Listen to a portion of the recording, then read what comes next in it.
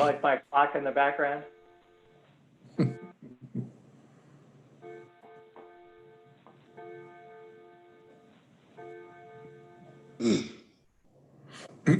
Okay, we are live. On the stroke of 10, according to my clock. Well, welcome everybody. This is our first official Zoom meeting. I regret that we can't be all together in person, but for now, this will have to do. And by the way, this meeting is being recorded. Without further ado, Chief Justice Hecht, if you would like to make some remarks, followed by Justice. Well, thanks, Chip. Of course, it's Juneteenth. President Abraham Lincoln's Emancipation Proclamation really changed nothing in Texas for more than 2 years until Major General Gordon Granger landed at Galveston with news that the Civil War had ended and the slaves were free. That was 155 years ago today. And still we find ourselves engaged in critical conversations about equality and justice under the law. For judges and lawyers whose life work is trying to assure that equal justice under law is a reality for all, nothing is more disturbing than to hear that we have not always understood the concerns of all those we serve or responded as effectively as we must. We must redouble our efforts to make the justice system the model it should be. For over 80 years, this committee has had a singular role in those efforts. So it is fitting, I think, that we convene on this anniversary to try to make the justice system more effective, more efficient, more accessible, and fairer for all. I hope we'll be guided by that spirit today. This is another historic first for the committee, meeting remotely as we do today. But in the last 16 weeks, since we met on February 28th, a lot has happened. The first COVID case in Texas was March 4. 100,000 cases ago, 2,100 deaths ago, but also 64,000 recoveries ago. So we're deep into this historic pandemic, learning as we go. The disaster declaration for the state was on March 13th. And later that day, the Supreme Court of Texas and the Court of Criminal Appeals issued their first emergency order for the courts in trying to navigate these difficult times. Now we've issued 17, and I'll just go briefly over kind of what we've done and how we've tried to order things in the justice system in Texas. The first thing was to give courts broad discretion to modify procedures and deadlines so that the justice system could continue to function, but safely. So that meant closing for most courts or severely curtailing procedures in both civil and criminal cases. Excuse me. Other changes that we made were not discretionary, but were to impose fixed procedures, like, for example, the extension of the statutes of limitation to August the 15th. But through it all, we've directed that courts must conduct proceedings remotely whenever possible. Zoom has become the platform of choice. There are 3,220 judges in Texas. The Office of Court Administration bought about 3,000 licenses, Zoom licenses for the judges to use. Well over half are using Zoom as a platform to conduct their business. We have logged in so far 340,000 hours of Zoom hearings with 525,000 participants. Zoom has taken over the operation of the courts. The Supreme Court of Texas has had arguments on Zoom and conferences on Zoom, and we're functioning well.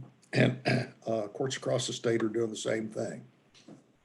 This, of course, is a profound change for us, a change in the system, a change in the profession, and we're beginning to wonder now what lies ahead. I think we'll talk about remote depositions going forward, and it's just a permanent change. Will there be as many court hearings? Will more be done remotely? Will the practice of law change? What's ahead for us? And these are questions that we're asking all over the country, but the answers are still not clear.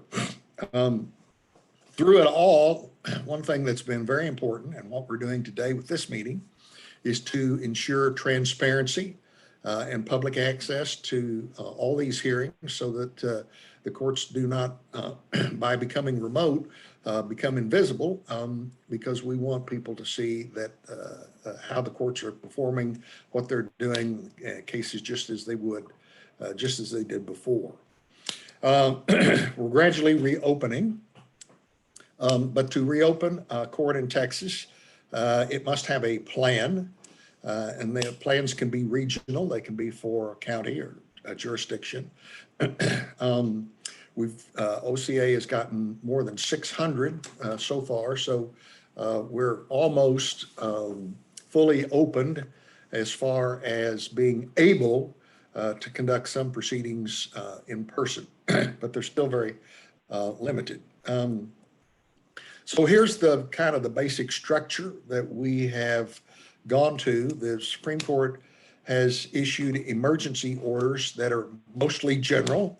A few of them were more specific, but mostly they're general sort of principles to guide the operation rather than the details. Courts have wanted to know more details, and so the Office of Court Administration has provided usually weekly published guidance, they call it, that courts can use to try to answer questions that they have about how courts in the state are operating and should operate. Then we've also relied heavily on the regional presiding judges to supervise all of this. So Judges Evans and Estevez have kind of picked up new duties through all of this, and are helping, along with the other 9 regional presiding judges, to sort of shepherd things along, guide things along. And then for specialized areas, we're relying more on instruction, specific instruction. For a while, the court imposed a statewide moratorium on evictions and debt collection. But things are changing differently in different parts of the state, and we decided it was time to leave the conduct of evictions and debt collection and other kinds of cases like that to the courts that handle them.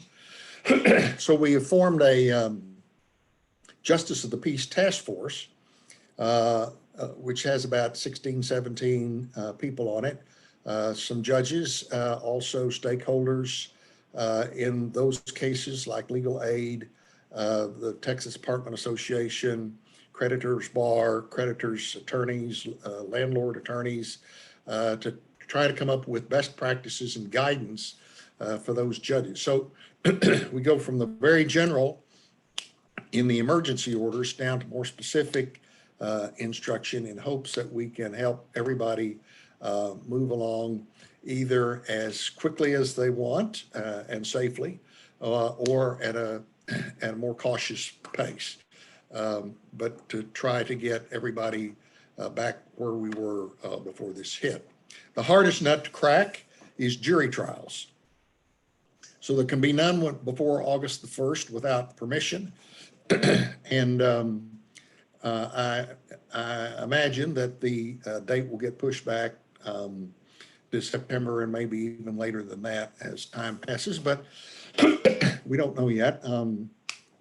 The first virtual jury trial in the country, we think, was in Collin County a few weeks ago. Judge Emily Miskell up there put it all together. It was a summary trial for settlement purposes, and it went well, and the participants got to reflect on what the virtual presentation to a jury was like, but the whole trial was virtual. Since then, federal district judges Barbara Lynn and Amos Mazant have tried cases, I think one each. I think Barbara tried a criminal case and Amos tried a civil case. Our first state court in-person jury trial started yesterday in a criminal case in Bowie County. And I haven't gotten a report on that yet this morning, but it was moving along yesterday. We have 4 more lined up in Scurry County, Cameron County, Fort Bend County, and Henderson County. These are judges who've volunteered, who want to go to the trouble of trying to make sure that jurors can socially distance, that there be screened as they come in the building, that court staff will be screened, and that everybody can stay safe. Then we've got another partially remote, partially in-person trial scheduled in Comal County in a couple of weeks, and then several others, test jury trials that are pending approval. So we're moving in that direction, but all over the country, courts are trying to figure out how do you try jury cases, and we're still finding our way. Of course, it would be easy if we had a quick and accurate test for COVID, but we don't. And it doesn't look likely that we will much before there may be other curative medicines or vaccines or other ways of attacking the disease. So we'll be slow going on jury trials. Texas tries about 4,500 criminal jury trials a year, about 1,200 civil jury trials. We don't know exactly how many there are in the country. It's probably 70 or 80,000 a year in the country. So as the weeks pass, we're getting further and further behind on those, but we're trying to catch up. That's it on the pandemic. On the bar exam, you've probably heard that at the recommendation of the Board of Law Examiners and the law school deans, the Supreme Court decided to keep the in-person bar exam in July and add a second exam in September, but shorten the exam to 2 days, from 2.5 days, to lower the risk of exposure and the expense of giving the exam.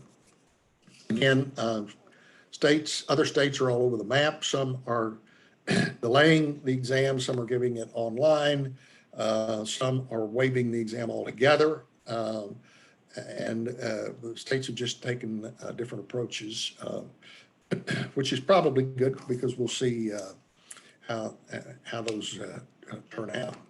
The court's also updated its decades-old supervised practice rules to serve as a stopgap measure that allows recent graduates to practice under supervision until they can take the exam.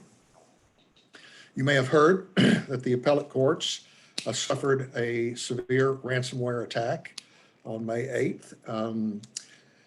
And thanks to the years of careful preparation by OCA and by the state DIR, the state agency in charge of technology, very little information was lost.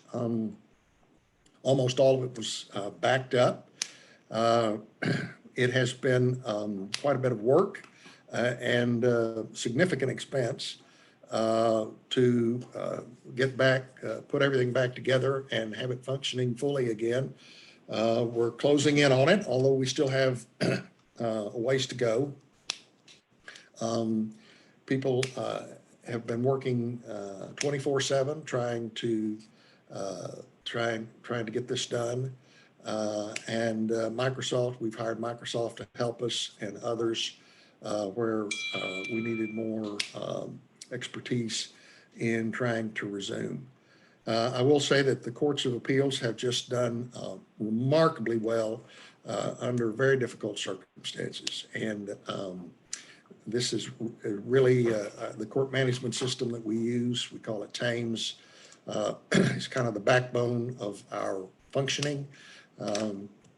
And so it has really hamstrung the courts of appeals, but they have worked through it. They're working through it, and my hat's off to them. They've just done remarkably well under these difficult circumstances. I know the bars had to kind of get used to that a little bit, but we hope the lawyers will remain patient because the attack came from outside the country, and we don't talk very much about it because it's been criminally investigated, and the advice of Homeland Security and others is just don't talk very much about it. So we haven't, but it has severely hampered our operations. On the rules front, we delayed the effective date of the rules requiring citation by publication on the OCA-run website because they turned to trying to get our case management system up and running again.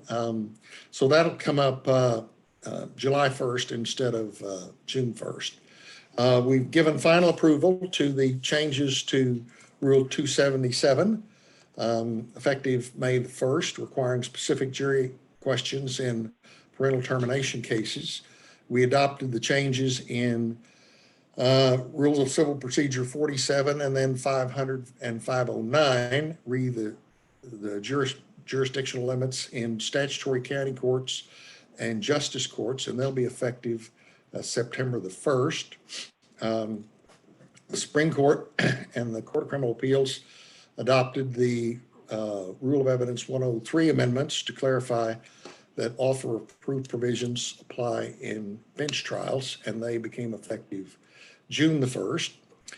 We revised protective order forms that had been worked on for some time, and we just amended the Judicial Branch Certification Commission rules, largely in response to legislation. And the big changes, perhaps the biggest changes, were creating a court reporter apprenticeship and a provisional certification for court reporters. So those changes have just been approved. So while we have struggled to try to keep the courts in Texas functioning, we've also been able to do some work with the rules. And the Supreme Court is in a good place. We've had 5 oral arguments by Zoom, and they all but one was flawless, and the one had some technical glitches in it, but they didn't keep the argument from happening. And so it went fairly well, and almost all of the high courts in the United States have by now had remote oral arguments. Our courts also had seven conferences by Zoom, and that's very easy for us. The only particular challenge we've had is what to do with the staff, because the more you meet outside a room or outside the strictures of a room, the more you risk confidentiality being compromised. So we're still working with that, but the conferences themselves went well. And I think after this morning, we have 5 argued cases that have not been decided, and final orders are scheduled for a week from today. So despite the pandemic, a ransomware attack, and a rookie judge all year long, we seem to have done pretty well, and that's that's my report, Chip. Thank you. Other than that, what have you been doing? Doing Zoom calls all the time. Yeah. Thank you very much, Chief. Justice Bland, do you have any comments you'd like to share with us? Well, I'm the rookie judge, and there have been a couple members of the court that have said this unconventional year, is it a coincidence that it happened when you joined? And to that, I don't know, but I hope that our years are more conventional in the future. The court would like to express its gratitude to everyone who serves on this committee. Many of you have taken on additional voluntary roles as parts of task forces that are looking at all of the things that might need to be amended either temporarily or for a longer term in connection with COVID. And without your guidance and wisdom, I'm confident that we would not have been able to react quickly to the needs of both the bench and the bar in addressing this crisis. I also would like to express the court's gratitude to Jackie and Pauline, who are representative of the staff of the court, who have really had to work an extraordinary number of hours to not only keep up with their own work, and in particular in the area of rules and emergency orders. Jackie has had to do double duty, keeping up with her regular work, and she and Pauline have been instrumental in facilitating the court's processes for these amendments to the rules, and in being our liaison between the stakeholders that are providing us with information and enlightening us on the problems. And we just couldn't do it without them and all of our staff who've been working so hard. So with that, Chip, I'll turn it back over to you for our meeting, because I know we have a lot to cover. Okay, great. Thank you, Justice Bland. I appreciate it. And I should add a word of thanks to Marty Walker, who makes our meetings run very smoothly and spends an enormous amount of time trying to organize everything that we're doing. So thank you, Marty. And finally, just following up what the Chief has said, we are living in extraordinary times. We have lost people to the pandemic and to other events that are well publicized, and I'd like to take just a few seconds of silence to remember those people in our lives who we've lost and who we miss. So just a couple of seconds.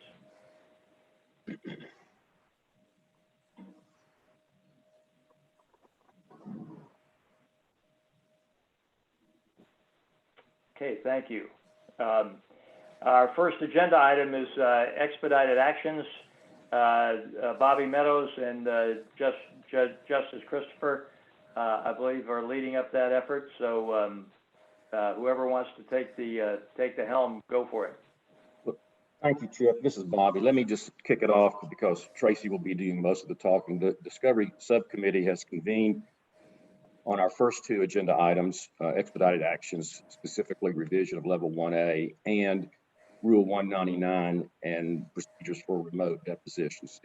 As I indicated, Justice Christopher prepared the memo from our subcommittee on both topics, and she will lead the discussion on both. Thank you. So if y'all will remember, back in February, we discussed how we were going to implement the legislative law about creating new rules for the $250,000 or less cases.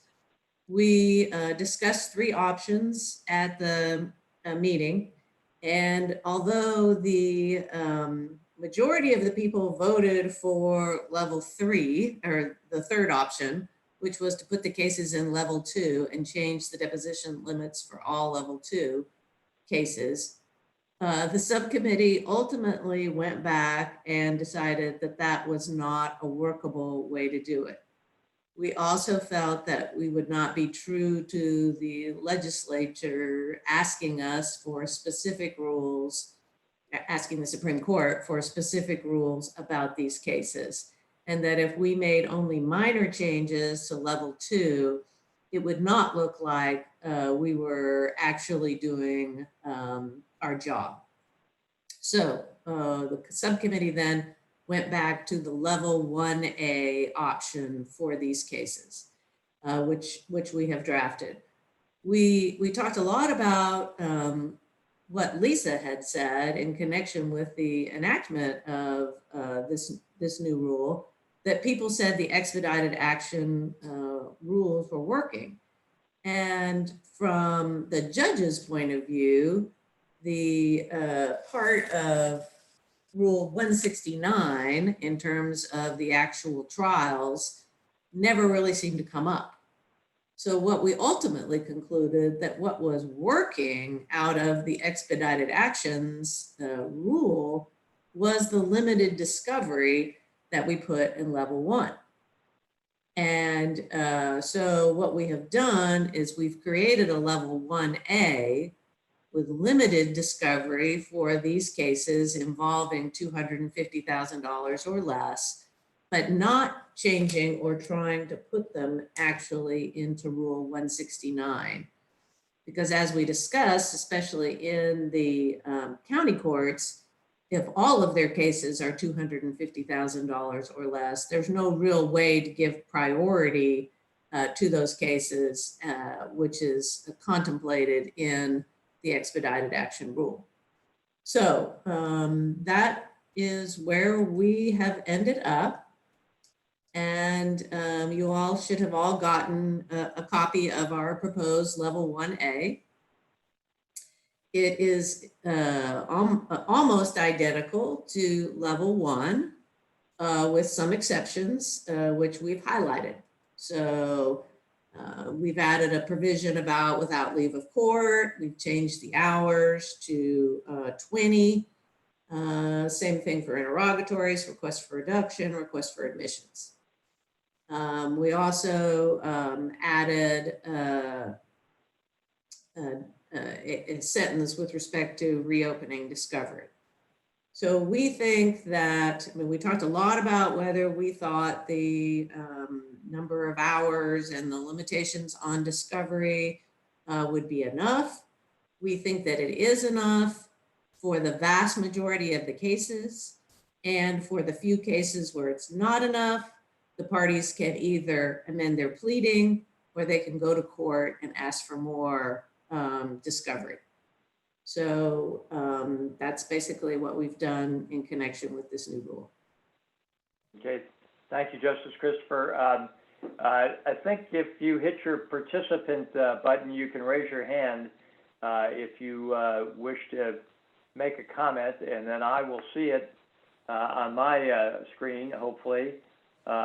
So if anybody wants to comment on this, raise your hand on your little thingamabob there. Or you can just start talking.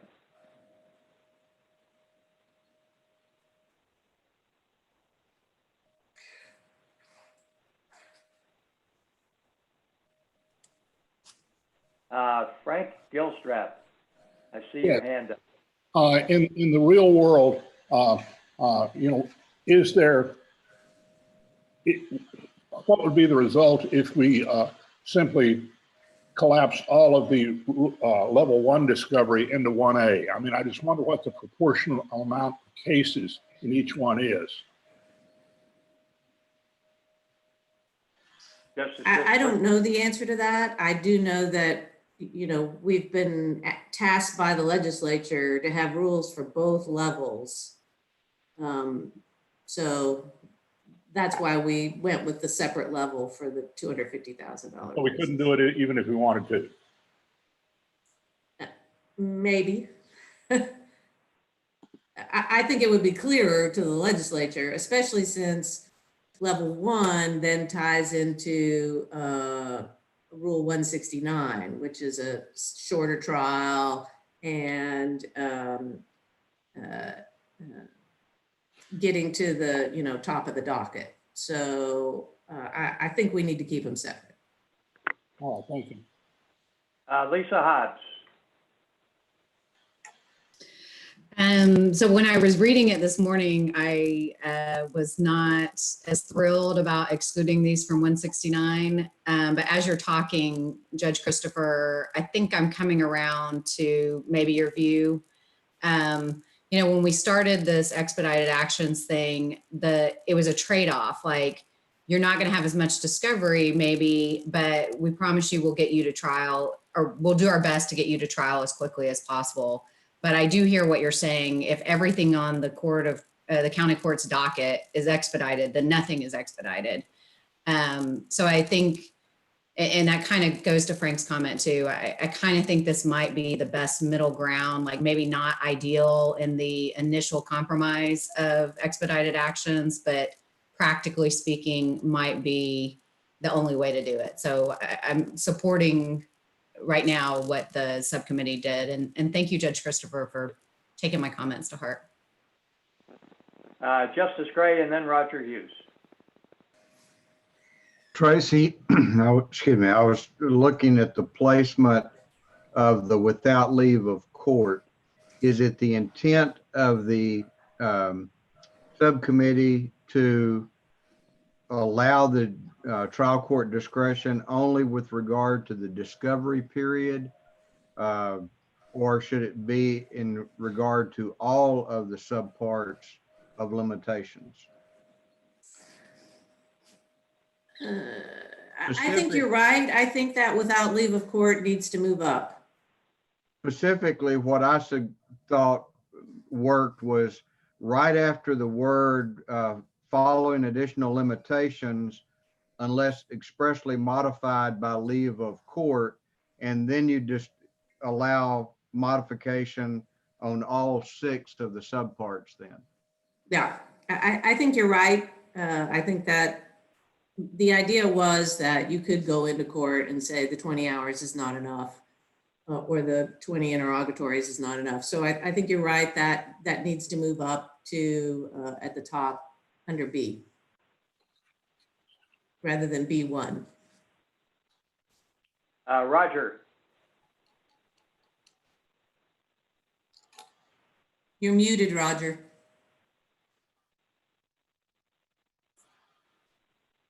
Okay, I just want to say I'm persuaded by the subcommittee's reasoning. I think the only real value to making the change is to get a limitation on discovery in these cases.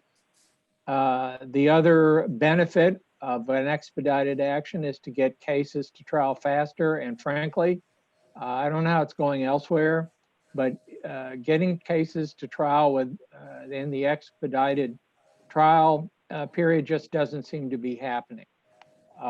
And so the real benefit of these discovery levels is not the rapid progress to trial, but instead is the limitation on the cost and amount of discovery involved. So I think it's good. Okay. Does anybody else have a comment?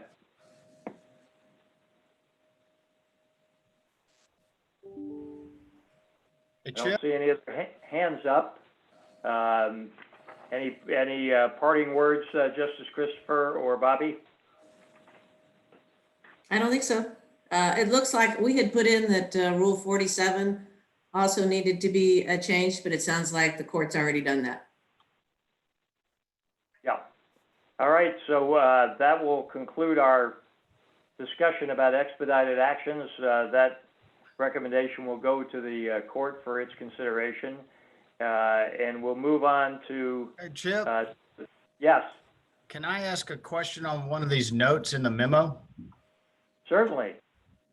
Because I know in the discovery rewrite that Bobby and Justice Christopher were working on, there was this idea of automatic disclosures versus request for disclosure practice as we have now. But I don't think I see that in the rule. Is that something that's tabled on the discovery rules, or because I see it in the memo, but I'm a little confused. Yeah. Well, we wrote the rule assuming that there would not be a change to the automatic disclosures. And we're still advocating as part of our wholesale changes to the discovery rules, the idea of automatic disclosures. I have no idea whether the Supreme Court wants to take up, those changes at this point in time. We know that they are under a time constraint to get rules out with respect to these cases.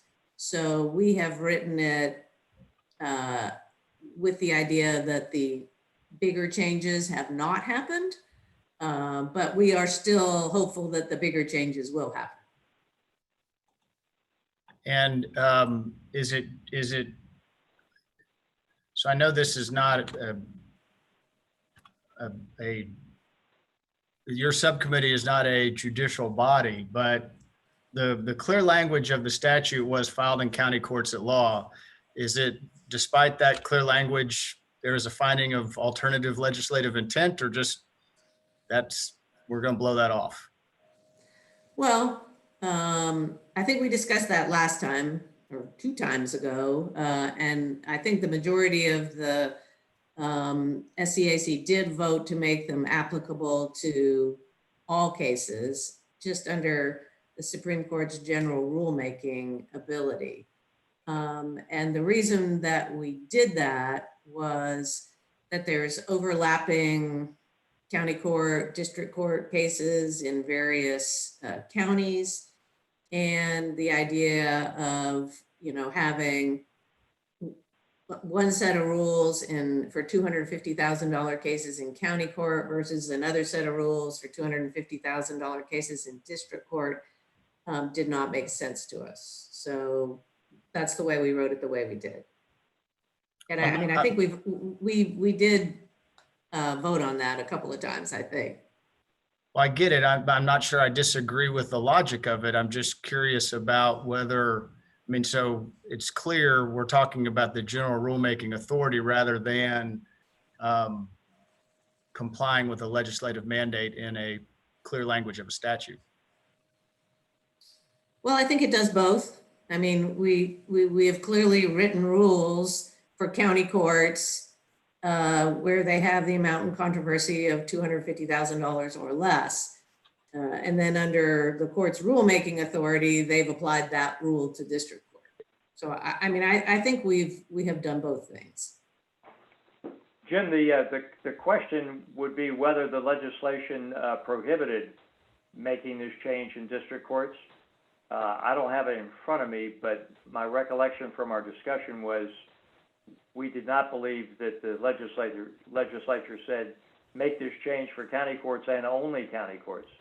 But if it did say that, or if that intent was manifest from the language of the statute, then I think we better be careful. But I didn't remember that. But maybe I don't disagree with that either, Chip, but having read more than a few court opinions interpreting legislative intent, depending on the clear language of the statute versus kind of an implicit takeaway, that's not always the rule. Fair enough. Any other comments about this before we move on? Okay, Marty, you'll note that this has completed our work on this topic. So we will move on again to the same subcommittee, Bobby and Justice Christopher, talking about remote depositions. Thanks, Chip. As I said, Justice Christopher will lead this discussion. I have to say, though, it does seem that this new Zoom platform has added a level of efficiency to our committee that I hadn't seen in the last 20 years. Fair enough. Having trouble hearing what Bobby said. Bobby said the Zoom platform has made us more efficient. Thank you. Less verbose. Justice Christopher.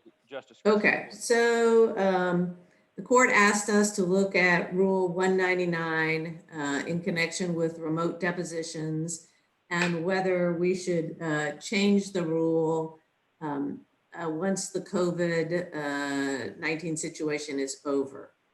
And our subcommittee does not recommend changing the rule. So we have talked to people that have taken depositions remotely. They seem to be working, but most people consider it a stopgap measure to sort of keep the wheels of justice going. And so I think in particular, we were asked to look at whether someone could mandate basically that the deposition take place by Zoom and that no one could object to that procedure.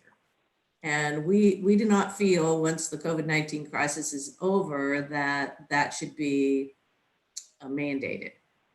So right now, Rule 199 allows remote depositions. And so basically, if you want to take a remote deposition, you notice it as a remote deposition. In practice, we understand some people will say, okay, but I'm flying to wherever my witness is, and I'm going to be with my witness when they're being deposed. And so then sometimes that makes the lawyer who noticed the deposition say, well, if you're going to do that, then I'll fly out there too. Which kind of ended the whole idea of the remote deposition. But when people want to do the remote deposition, we have the rule of procedure already in place that allows it. And at this point in time, we do not recommend changing that.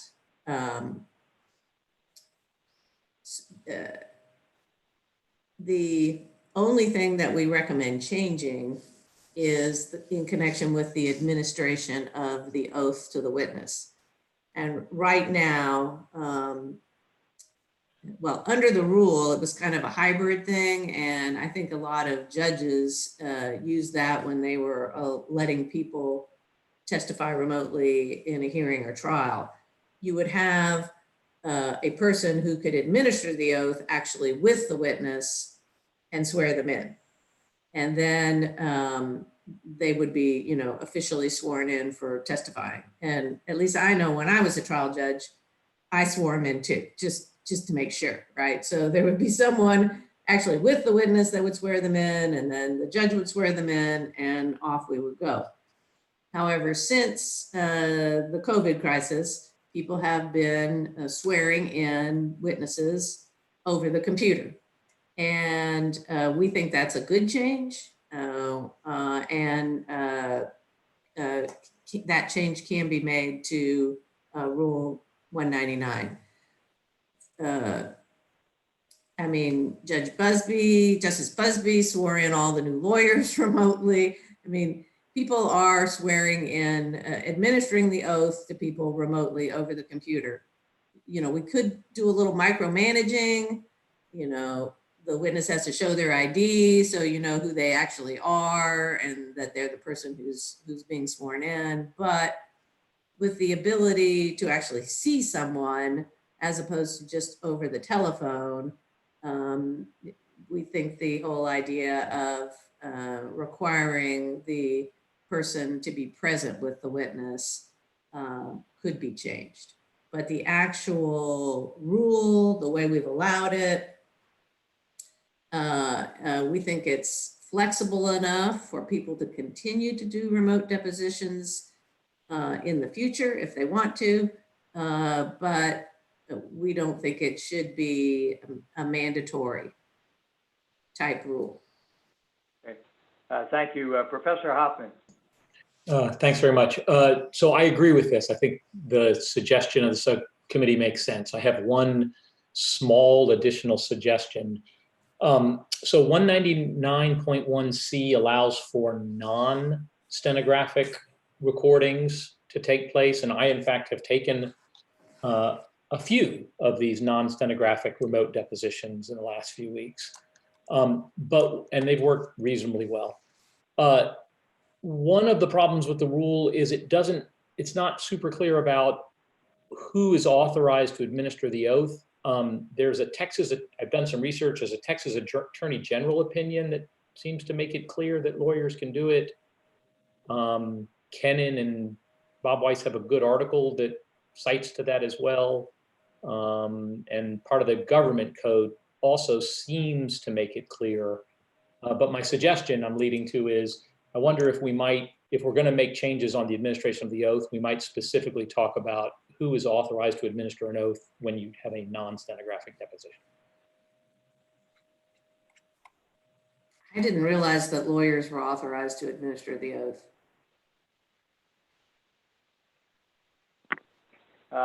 Kenan Wooten.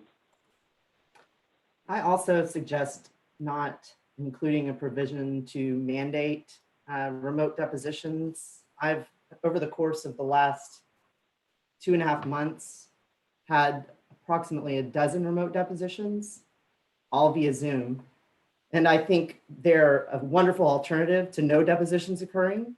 I think that in part because if you stopped everything, one of the consequences that you confront is damages potentially getting higher and higher and higher as discovery is halted, right? So the remote deposition option has been very good, but it does have some limitations. One of them is, of course, technology that can be spotty at times.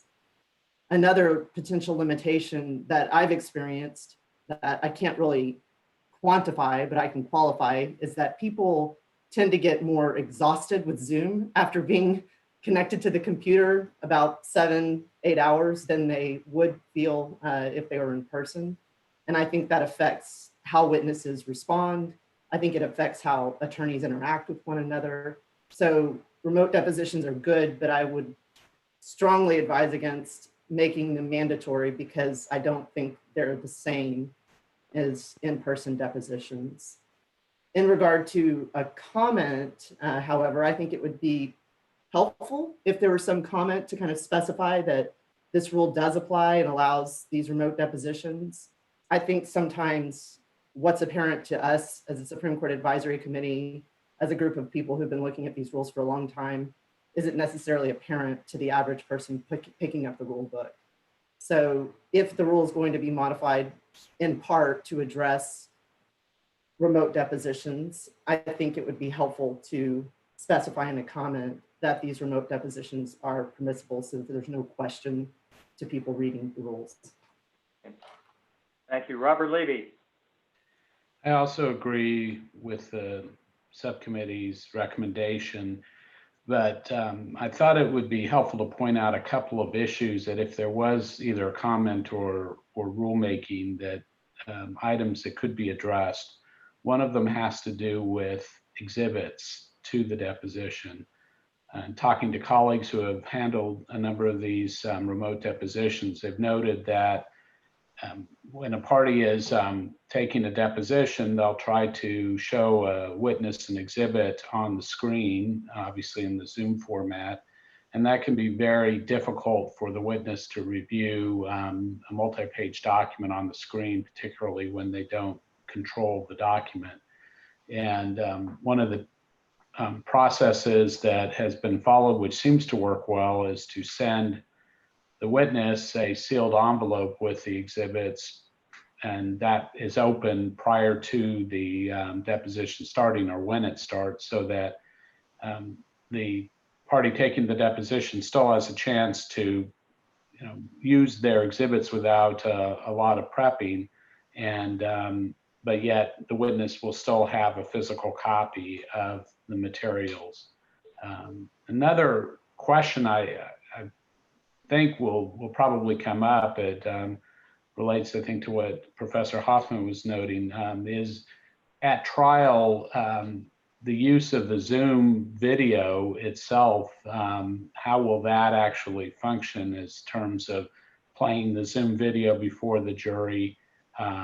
And obviously it's a little bit different to edit that versus a regular video deposition.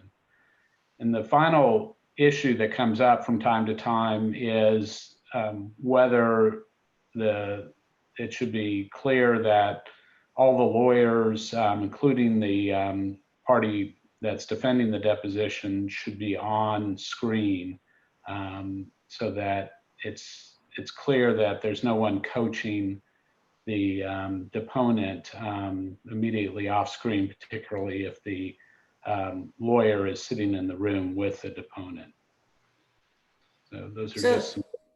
I mean, we did talk about a lot of those things in committee, and thought it's really hard to write a rule to manage everything, and that for as this procedure continues, more and more lawyers are suggesting ideas like the sealed envelope idea.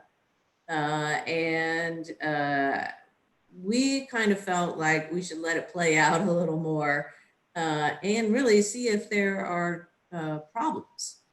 Like, you know, if they end up going to court and you see a problem with it, you know, then we'll have sort of an idea of what might happen.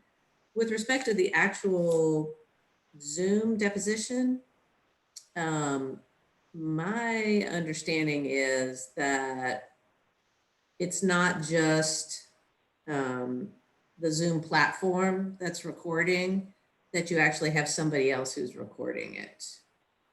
Like I just gave and I could be wrong, but I just gave a speech for the Texas Bar CLE, and it was over Zoom, but they were recording it. You know, it wasn't just the Zoom record. It was a separate record that they were doing, that they then would be able to edit easily, which was good because I made a few mistakes, and so I'll be able to edit those out before the final presentation. So I think we felt like getting into those details was premature. And so we didn't. Thank you, Judge. Robert, just when you send the sealed envelope with the exhibits in it, in your experience, do you send them to the court reporter or to the opposing counsel? You would send them to all the participants, and if the witness is in a separate location, I guess you would send that to the opposing counsel, who would provide a copy to the witness, but you would send multiple copies so that everyone is working off the same set of materials. And how do you protect that the sealed envelope is not unsealed before the deposition? At least from the witness's point of view, you can actually watch the witness open the envelope on the screen. And I guess you could do that also with the opposing counsel as well. Hopefully, though, there is some level of trust in the process. But it's not foolproof, clearly. Yeah, one thing that we did discuss, which would be a simple fix that could help, is if we put the court reporter with the witness after COVID is over, okay? Because right now, the way the rule is written, which is the second part of our report, right now, the way the rule is written, the court reporter is with the person who noticed the deposition, okay? And if we put the court reporter with the witness, then the court reporter could be given the exhibits ahead of time. The court reporter could make sure that there's no other person in the room, giving hints to the witness about how to testify. So that would be a potential change that might be useful. I think you'd want to avoid limiting the flexibility of the platform, though, in cases where the witness might be remote. And there are other issues that I don't think can be avoided, like if I'm looking at the comments and my lawyer is sending me a comment about a question, how to answer it, that's not going to show up in the video, nor will it be apparent to the court reporter even sitting next to me taking my testimony. So there are challenges. Obviously, you could ask a witness that question. So to try to get that information. But I do agree, though, ultimately, that I don't think the rule itself needs to be changed. But those are issues that should be developed either through practice or potentially commentary. Great. Roger, then Frank, then Kennan. Roger. Yeah, I wanted to echo the comment or the suggestion that we let this play out a little bit before we start changing the rules. And here's why I think it's important. I think this is going to be the wave of the future. Once corporate clients, insurance companies, et cetera, realize the lawyers have this technology in place and the court reporters have the technology in place, they're going to insist that it be done that way. They don't like paying lawyers to travel to the court reporter or travel to distant locations to take depositions. And it's just going to be, I think, a lot of pressure is going to be put, at least on a certain segment of the legal community, to do every deposition possible by Zoom. And I think any change in the rule is going to have to reflect the likely problems that are going to come up. And I'm going to comment on a few of them. One, about exhibits. Sometimes you don't use all the exhibits you bring to a deposition. Sometimes all of a sudden something pops up and you have something you haven't thought of before, but you do have it with you, and now you can show it to the witness right there. The next thing is, who's going to take charge of the exhibits? Because sometimes witnesses are asked to draw on things, mark things, et cetera, et cetera. So who's going to take charge of those? Who gets custody of the exhibits that the witness actually used, saw, draw on, et cetera? The next thing is objections in multi-party cases. Right now, if you have all the lawyers in the room, I don't think it's horribly difficult for the court reporter to realize objections are being lodged, that they have to be written down before the witness answers. That gets a lot more difficult if you have 5 lawyers online and 4 of them are all going objection at the same time.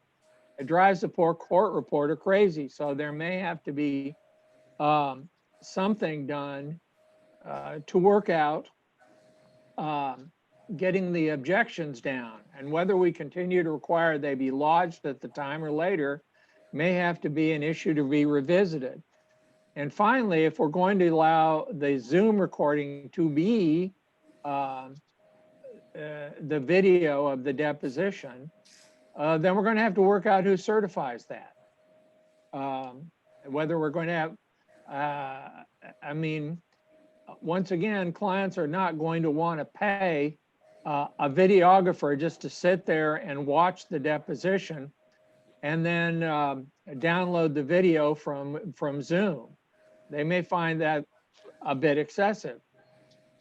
So we may have to rethink about who's going to certify the video and how they're going to certify it.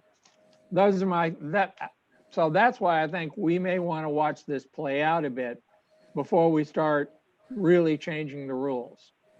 Thank you. Hello. Thanks, Roger. Frank, you're next. Yes. Currently, as I understand, remote depositions have to be done by agreement. And, you know, everybody's trying to be nice, but over time, lawyers will be lawyers and will seek to use the rules for the advantage of their clients. As I read the rule, I have an absolute right to attend the deposition. Is there, because that's what rule 1995A2 says, a party may attend an oral deposition even if the deposition is taken by telephone or other remote electronic means.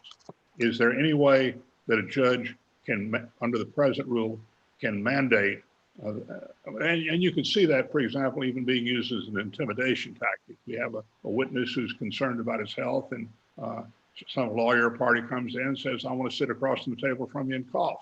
You can see that happening. Is there any provision where the court can mandate a remote deposition presently?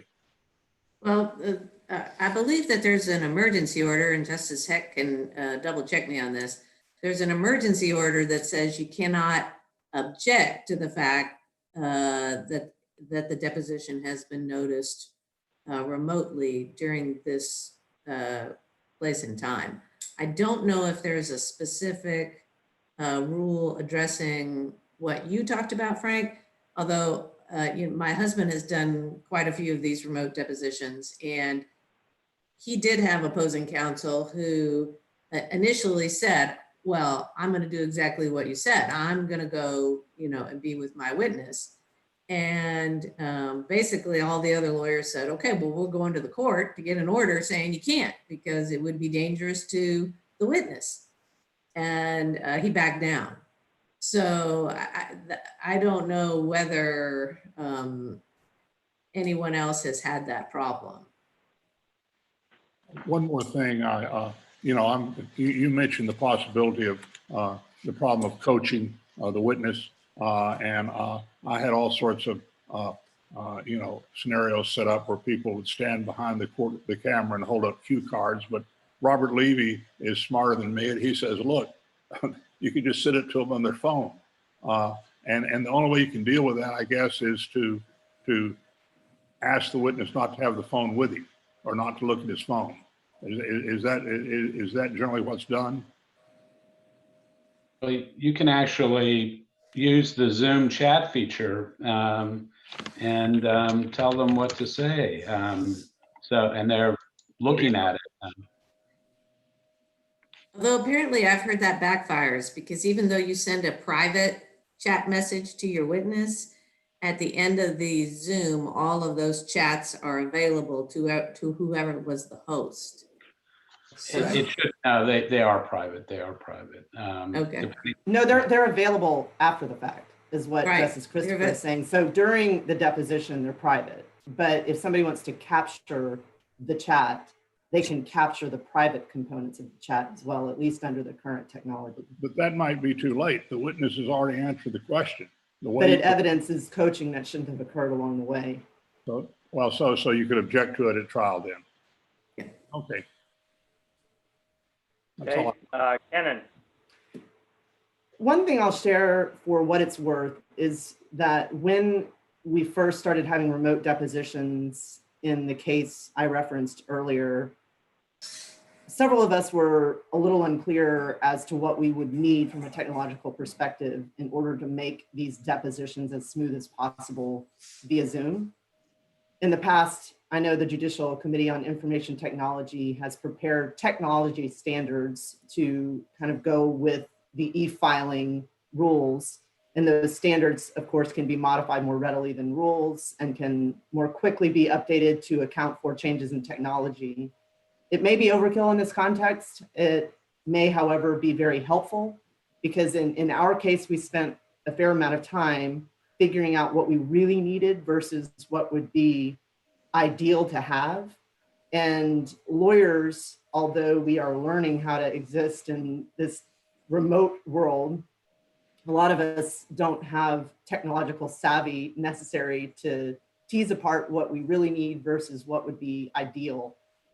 So I offer that up for consideration to the court to consider whether technological standards could be set forth via JCIT that might help the process be more efficient for a lot of lawyers and parties alike. All right. Any other comments from anyone else? We are indeed efficient. Chip, hey, so Tracy, under the example you used of the depositions that your husband has taken where there was a lawyer wanting to attend where the witness was, I don't see why the court couldn't order proper social distancing within the room. Couldn't order the, I don't know that there's specific language, but a judge could always order anyone who insists on attending to wear a mask and to maintain a distance from the witness. You agree with that, right? You're nodding. No, I do agree with that. I think at the time when people were doing this, There was like shelter in place orders as opposed to the opening that we have had. So I would imagine there will be more people that are going to want to say, I want to be with my witness. You know, mask, social distancing. Yes, I mean, I could see how the court might say, well, that seems reasonable to me. And as long as you do X, Y, Z, it's okay. But that, you know, that's just COVID related. And our task was, should we change these after the COVID crisis? Chip? Yes. A couple of things. One, my experience with Zoom as a mediator is that the host can disable the chat function between participants. Is that relevant to the discussion on inappropriate chat? That is true. You can disable the chat so there is no chat function. Now, obviously, there are other ways to chat. You could have a different chat tool. Sure, but the comment was that you could do it through Zoom, and that can be prevented. You can. Second thing, Chip, as to what the court could require for depositions, I'm on a local committee for juries, and of course, COVID is a big issue there. I'm not sure that Tracy was suggesting this, but to the extent there's a suggestion that the court could order somebody to sit for deposition, even at social distance and with the mask, I think is dubious. I mean, the court could order it, but is that what you're suggesting as a possibility, Tracy? No, I was suggesting that, assuming that the witness was okay with it. Yeah, okay. You know, that was just gonna be my point. Right. Because Assuming it was, you know, you want to depose the defendant and I'm the defense attorney, and, you know, the two of us have agreed it's okay to be in the room, socially distanced or wearing a mask or whatever, you know, that the court could allow that. I mean, it's allowed under our rules right now. It was the forced idea that with my husband's deposition, that you know, they felt that the lawyer was trying to do that just to bust up the deposition. Yeah, I think my comment then is general, and this has come up in the question of jury trials locally. And my comment to them as a judge was that when you talk about juries, and to the extent it's applicable here, I don't think I as a judge would ever compel anybody to even appear anywhere physically inside despite social distancing and a mask. And so to the extent we're, in this context, we're suggesting anything like that, I think it's problematic. No, I was not suggesting that it would be over anyone's objection. Okay, thanks. Yeah. Kennan. Yep. Chip, Justice Gray had his hand up, but I thought he put it down. Chip, Yes, this is Richard Munzinger. sir. I'd like to go back to Roger's comments, which in general addressed the integrity of the proceeding and the integrity of the exhibits. The rule should specifically state how exhibits should be managed, which is the record copy of the exhibit, mandate that there be no communications with the witness during the proceeding, direct or indirect, et cetera, et cetera. If these remote depositions are going to be used in court, which they obviously are, why are they not subject to stringent rules that verify their authenticity and their, quote, purity, close quote? For God's sakes, this is evidence. It's affecting people's rights. There's no time to say, well, let us have a rule that we work out over time and we'll work the kinks out. Until the kinks are out, people may have been victimized. by coaching lawyers, by chats or something else. A fight could come up in a courtroom. Well, wait a minute, that exhibit isn't the exhibit that you questioned the witness about.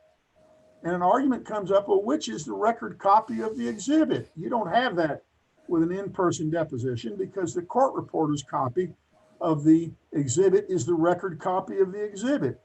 And people are present to make certain that the exhibits are kept properly, that they are in fact the same exhibit that the witness is looking at, et cetera, et cetera. You don't have any of these controls in a Zoom deposition.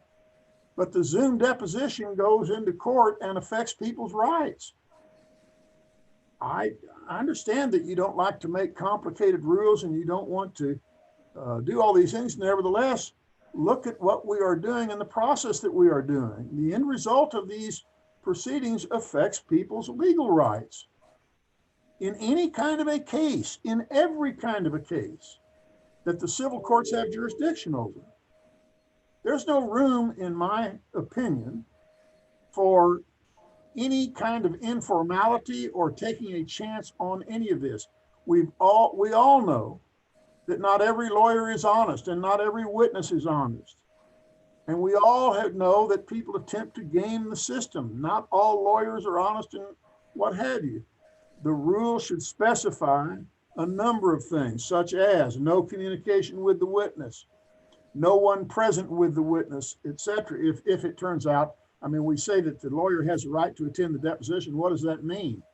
Can he go be with the witness? The rule of thumb ought to be 6 feet and a mask. That's good enough to have a court hearing. It's good enough for everything else. But the long and short of my point is that I agree with Roger, except that I think that the rule should specify these things to avoid problems, because I can see a problem right now. I've got a 50-page exhibit and it's a multi-million-dollar lawsuit or what have you. And someone says, that's not the exhibit I testified to. The exhibit I testified to said ABC. And who's going to resolve that issue now in the trial? How does the trial judge resolve that issue correctly, meaning truthfully? What is the truth? How does he know? He doesn't know. And so he says, well, I've overruled the objection, or get on with it. We've all been there. The rule should specify these things. This is a new effort here. This is a new experience. I don't think that we should take a chance that allowing this thing to work its way out and to mature itself is what the Supreme Court of Texas is all about. It's about truth, justice, and it needs to specify in the rule how you secure that. I'm finished speaking. Thank you. I'm sorry, I don't know how to raise my hand with this dang machine. You go up to the right hand, or somewhere there's a thing that says participants, and you hit that, and then your name will be there somewhere, and when you want to raise your hand, you just hit it, and your hand will come up. Thanks. I'll try and do that next time. Thank you. But you can butt in anytime, Richard. And Kenan, who's patiently had her hand up following the rules, is next. I just wanted to make one comment in regard to the statement about requiring masks, parameters for in-person depositions that are sufficiently protective of the participants. Anecdotally, what I've heard is that people will go into remote depositions with ideas about how they'll play out, and that within a matter of an hour or two, people's masks are coming off, they're getting close to each other. I'm not saying that people couldn't be safer or better in how they act in person during this time in depositions and otherwise. But the reality is, I think it becomes quite difficult sometimes when you're in person to keep the 6 feet between you. You've got the witness who can't wear a mask when being deposed. So there's a limitation right there in terms of what can be done effectively to protect health and safety in person during these times. I share that information only because I think so far what I'm hearing is it can be done, but when it's done, it's not going to be as safe for the people involved, and it's probably not going to entail masks on everyone, primarily the witness, you have not wearing a mask at all because it's just not practical. Great. Levi Benton. I construed Richard Munsinger's comments as a motion to remand this to the subcommittee, and I second the motion. Okay. I guess we've got to, go ahead, Tracy. Well, remote depositions have been in the rule for a long time. Now, I think David was telling us in our subcommittee that, you know, the court reporters were excited about it, got all geared up for it, and then they never happened. But they are happening now. And I actually think that Kennan's idea of perhaps a best practices for remote depositions would be the best way to go, rather than to try to micromanage it in the rule. Just because technology does change, we would need, you know, a bunch of people that have done it and have come up with ideas to, you know, sit in a room and get those things together. And then the question is, if we should spend that time to do that when anecdotally we haven't seen problems yet. Now, you know, maybe they're out there, maybe there's massive coaching of witnesses, maybe there's, you know, lost exhibits that, you know, we haven't seen yet, but anecdotally it seems that, you know, people are working it out.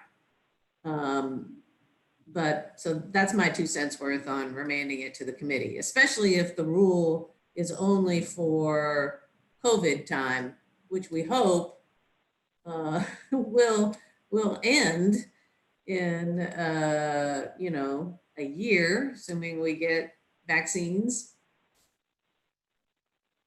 Yep. Lisa's got something to say about this, and Kenan does too. Okay, it might be kind of the same thing. I think Kennan's comment, just for the court's benefit, is she was talking about like the technology, like what speed does the computer that your witness is going to be on need to be, and like I think she was thinking about like technology. I think that I can't believe I'm saying this, but I do believe that it would be hard for the court to write best practices of like, if you're going to allow a lawyer to be next to a client, what is the, you know, what are best practices for that? I'd be scared for the court as their former general counsel, one, because one day who tells me masks are not helpful, and the very next day who is saying, oh yeah, they're totally helpful. That just kind of seems like a recipe for disaster. So I don't want to misinterpret what I think. I'm, and Kenan can correct me if I'm wrong. I think she was just talking about like the technology of it, and not necessarily the court weighing in on, if you do these things, you'll keep witnesses safe.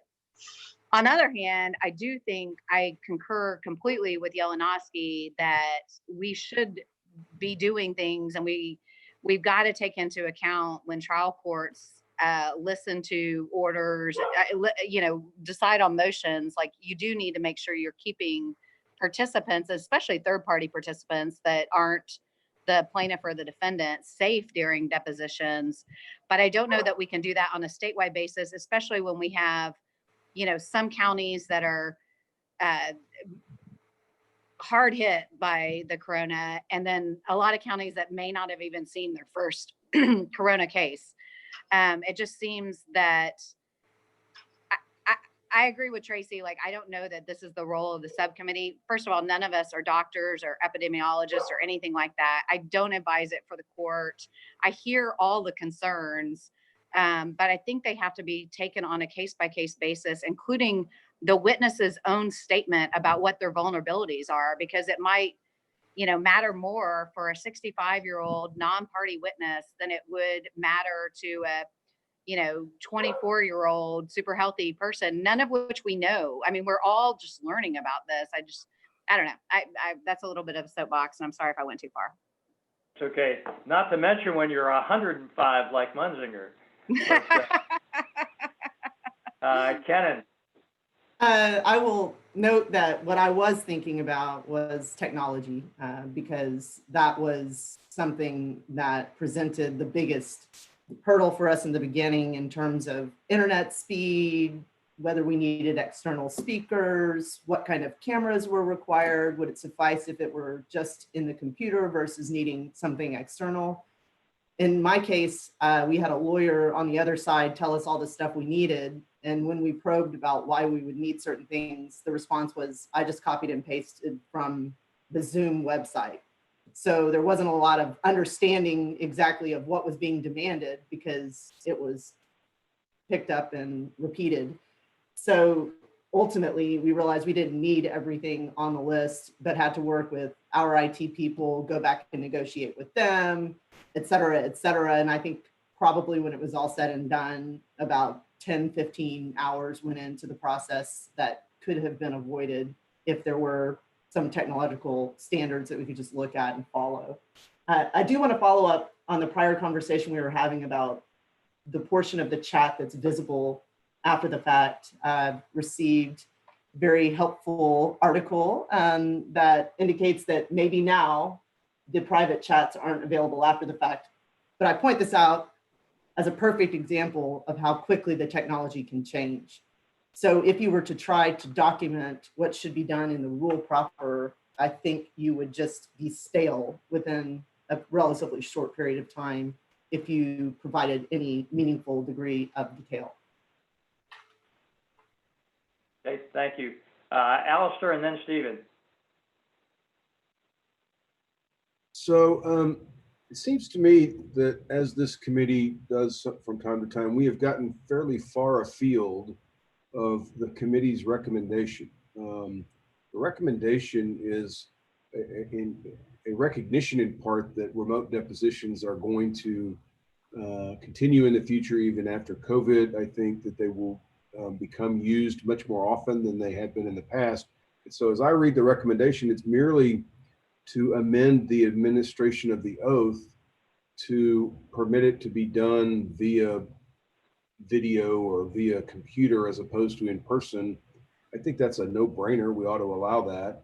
All these issues that are being raised, you know, maybe they happen in isolated situations.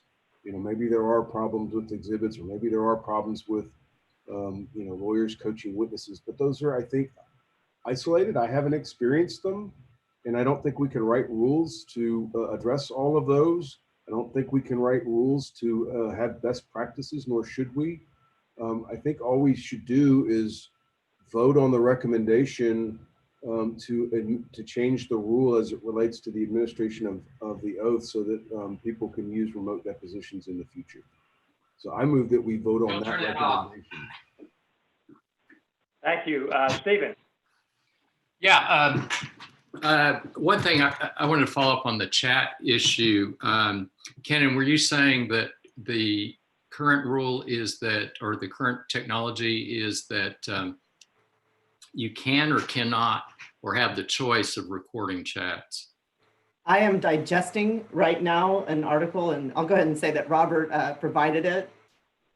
And I'm not sure ultimately whether you can or cannot see the private chats after the fact. But yeah, I mean, since private chats could be improper, like during a deposition, they might also be quite proper between attorney and client that are not a violation of any rule.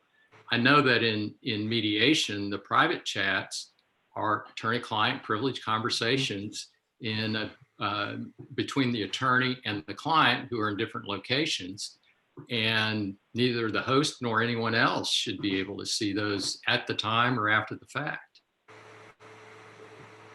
I posted the article in the chat for everyone. And I will note that if somebody wants to test this, they could capture our meeting chat and see whether Robert and I, our private conversation, is visible when it's captured. But yeah, obviously one answer would be, as Kenan notes, you just turn off the chat so that that's not even an option in Zoom, but you certainly would have the ability to chat through another means, even on the computer. So again, I think that there is so much, and it's such a dynamic environment that I agree with, again, with Tracy's comment that the rules itself really can't address that, but maybe an issue for the state bar to develop best practices and helpful guides to how to do it that cover these types of issues. And then as we get more experience, then perhaps in a few years we can work through additional rulemaking. David Jackson. Yeah, I'd just like to kind of take you back to 1989 when video conferencing first started. We went through this at that time. We set up 28 different locations throughout the United States. We all used the same equipment. We all operated at an optimum bandwidth of 512, which is a half of a T1, so that we didn't have lag time and the lips weren't moving outside the audio. So we've done a lot of these things and had a lot of these issues come up. And some of the gamesmanship that happened back then looks like could happen now. And I'm just telling you that that lasted. We finally shut down our unit in like 1995 because of lack of use. Lawyers used it some. We took some depositions in England. We took them basically all over the world. But the issues of gamesmanship probably was the leading cause of people not being comfortable taking video conference depositions. Thank you, David. There are no more hands up. So Roger, to the extent you made a motion, which Levi seconded, I wonder if I could reframe it slightly and have a vote on whether or not we should follow the subcommittee's recommendation and leave the rule as is. And a no vote would be, of course, that we should propose a different rule, and that would require a remand. So everybody that follows the subcommittee's recommendation and thinks that the rule should be left as is for the time being, raise your hand remotely.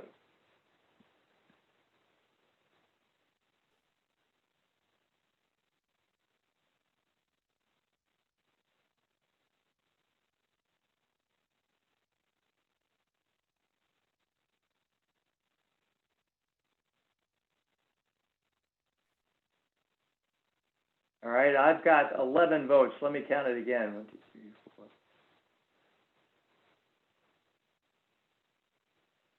4. 13 votes now. Everybody done voting? 14, 15, 16 votes now. Anybody else? Okay, everybody against the proposal, raise your hand.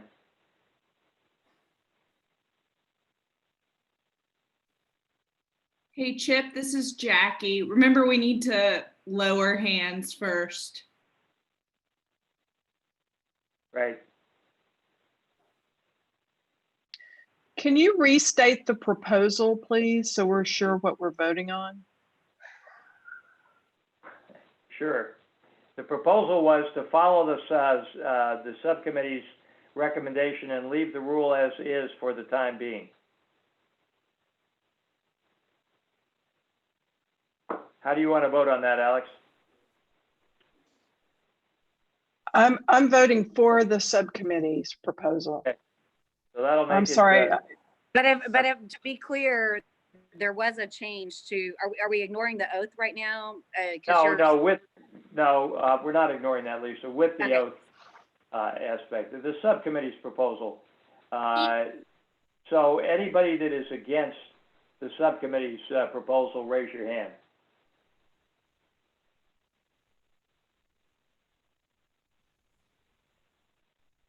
Chip, I didn't vote, so I'd like to vote with the first. This is Anna. Yeah, I'll count you with the first group. Thank you. Anybody else? Yeah, same thing here, Chip, with Lonnie. Vote in favor of the subcommittee proposal. Sorry about that. That's all right. It's Anybody else? same is Anybody true voting for against? same as it's Kim Phillips, Chip. I'm voting for it too. Okay, perfect. And All Chip, right, this is Chip. This is Scott Stout. I'd vote in favor as well. Okay. The vote is 22 in favor and 3 against the chair not voting. So we will submit that to the court. And Marty, note that that we're done with this particular rule. And let's take a 10-minute recess and come back at 15 minutes before the hour.